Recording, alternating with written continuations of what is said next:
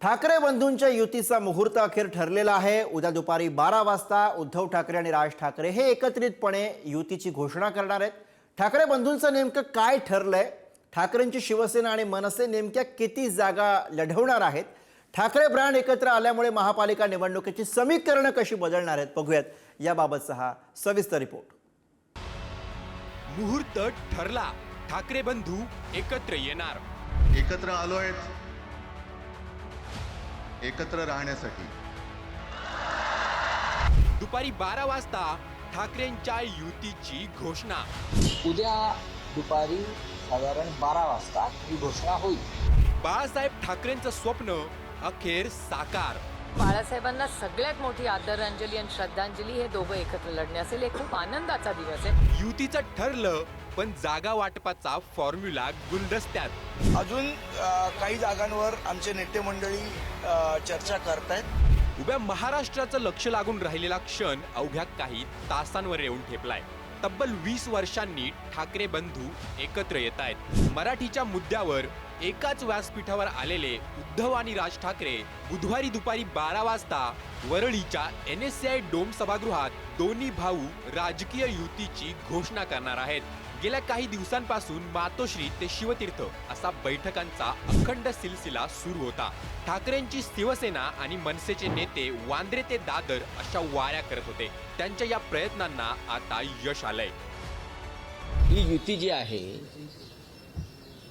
शिवसेना उद्धव ठाकरे आणि महाराष्ट्र नवनिर्माण सेना यांच्यामध्ये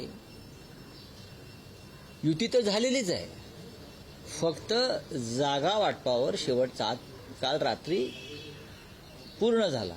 आता राज आणि उद्धवजी यांनी एकत्र येऊन या संदर्भात जो काही जागा वाटपाचा फॉर्म्युला किंवा इतर काही गोष्टी आहेत त्या संदर्भात त्यांना घोषणा करणं तेवढं बाकी आहे। महाराष्ट्राचे लचके तोडणारे, महाराष्ट्रावर अन्याय करणारे, मुंबई महाराष्ट्रातून तोडू पाहणारे या लोकांना धडा तर शिकवावा लागेल। आणि म्हणून मला असं वाटतं उद्याची घोषणा संजय राऊत साहेबांनी आपल्या समाज माध्यमातून केलेली आहे। महाराष्ट्र या बातमीची वाट बघतो। दरम्यान बुधवारी केवळ युतीची औपचारिक घोषणा करण्यात येईल। मात्र जागा वाटपाचा फॉर्म्युला शेवटपर्यंत गुलदस्त्यातच ठेवण्याची रणनीती ठाकरे बंधूंनी आखल्याचं समजतंय।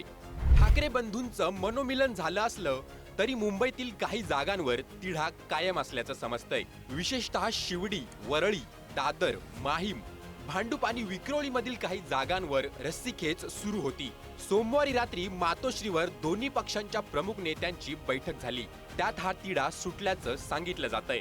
मुंबईत 227 पैकी मनसेला 60 ते 65 जागा सोडल्या जाण्याची शक्यता आहे। मात्र ऐन वेळेची नाराजी टाळण्यासाठी जागा वाटपाचा अंतिम फॉर्म्युला गुलदस्त्यात ठेवण्याची रणनीती आखण्यात आली आहे। विरोधकांना फोडाफोडीसाठी वेळ मिळू नये असाही विचार यामागे असल्याचं सांगितलं जातंय। मला असं वाटतं युती घोषणा काय ओपन सिक्रेटच आहे, त्याच्यामध्ये काही विषय नाही आहे। पण अजून काही जागांवर आमचे नेते मंडळी चर्चा करतायत। ती चर्चा चालू आहे आणि चर्चा झाली की युती तर झालेलीच आहे, होण्याच्याच मार्गावर आहे। ऑफिशियली त्याची घोषणा सन्माननीय राजसाहेब योग्य वेळी करतील। तब्बल 20 वर्षांनी ठाकरे ब्रँड निवडणुकीला एकत्रित सामोरा जाणार आहे। त्यामुळे मित्रपक्ष असोत नाहीतर विरोधक, चर्चा तर होणारच। दोन भाऊ इतक्या वर्षांनी जर एकत्र लढत असतील तर मला वाटतं बाळासाहेबांना सगळ्यात मोठी आदरांजली आणि श्रद्धांजली हे दोघं एकत्र लढणे असेल। एक खूप आनंदाचा दिवस आहे। माझं काय म्हणणं आहे की त्यांना त्यांची युती लखलाप, त्यांचं समीकरण लखलाप। आम्ही 51% मतं घेऊन जिंकणार आहोत, 2/3 बहुमताने जिंकणार आहोत। ग्रामीण महाराष्ट्राने या ठिकाणी महायुतीचं सरकारचं काम स्वीकारलं आहे आणि त्यामुळे मला असं वाटतं की एक प्रचंड बहुमताने आतापर्यंतच्या भारतीय जनता पार्टीच्या इतिहासामध्ये म्हणजे प्रवासामध्ये जेवढं बहुमत मिळालं नाही तेवढं बहुमत या महानगरपालिका आणि येणाऱ्या जिल्हा परिषदमध्ये मिळेल। राज ठाकरे आहेत ते, मी तुम्हाला पहिल्या दिवसापासून सांगतो की राज ठाकरे हे आग्रही आणि तसेच हट्टी पण आहेत।